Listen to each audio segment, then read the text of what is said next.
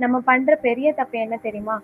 நம்மளுக்கும் ஒரு பெர்சனுக்கும் பிரச்சனை இருந்துச்சு அப்டின்னா, அந்த பெர்சனுக்கும் நமக்கும் ஆகாது. அவங்க நம்மள பத்தி பின்னாடி எவ்வளவோ பேசியிருப்பாங்க, என்னமோ பண்ணியிருப்பாங்க.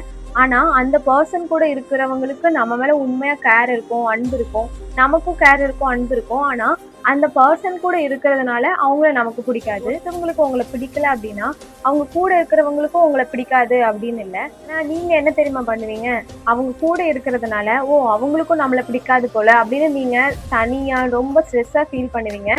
அந்த ஸ்ட்ரெஸ்ஸா ஃபீல் பண்ணும்போது அவங்க கண்டிப்பா வருவாங்க. அந்த உங்களுக்கு பிடிக்காத பெர்சன் கூட இருக்கிறவங்க கண்டிப்பா உங்க கூட வருவாங்க. வந்து உங்கட்ட கேட்குறாங்க அப்படின்னா, "ஏன் ஸ்ட்ரெஸ்ஸா இருக்க? ஏன் டிப்ரஷனா இருக்க?" அப்படின்னு கேட்குறாங்க அப்படின்னா, அவங்களுக்கு உண்மையா உங்க மேல கேர், அன்பு இருக்கிறதுனால தான் உங்ககிட்ட வந்து கேட்குறாங்க.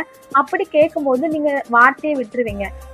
கோவத்துல பேசுற வார்த்தை ஒரு செகண்ட் ரிலீஃப் கொடுக்கும். பட் அது கிரியேட் பண்ற டேமேஜ் ரொம்ப லாங் ஸ்டே ஆகும். கோவத்துல பேசுறதுனால நம்ம கோவம் மட்டும் நம்ம கிட்ட இருந்து ரிலீஃப் ஆகாது. நல்ல ரிலேஷன்ஷிப்பையும் நம்ம லூஸ் பண்ற மாதிரி தான். லேட்டரா அமைதி வரும்போது, சைலண்டா பேசும்போது தான் நமக்கு புரியும் நம்ம இழந்தது யாரு அப்படின்னு.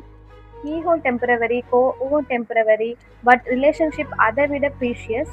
பேசுறதுக்கு முன்னாடி யோசிக்க கத்துக்கோங்க. கண்ட்ரோல் பண்ண கோவம் நம்மளுடைய அன்பை காப்பாத்தும். உங்கள பிடிக்காத பெர்சனுக்காக உங்கள பிடிச்சவங்கள இழந்துராதீங்க.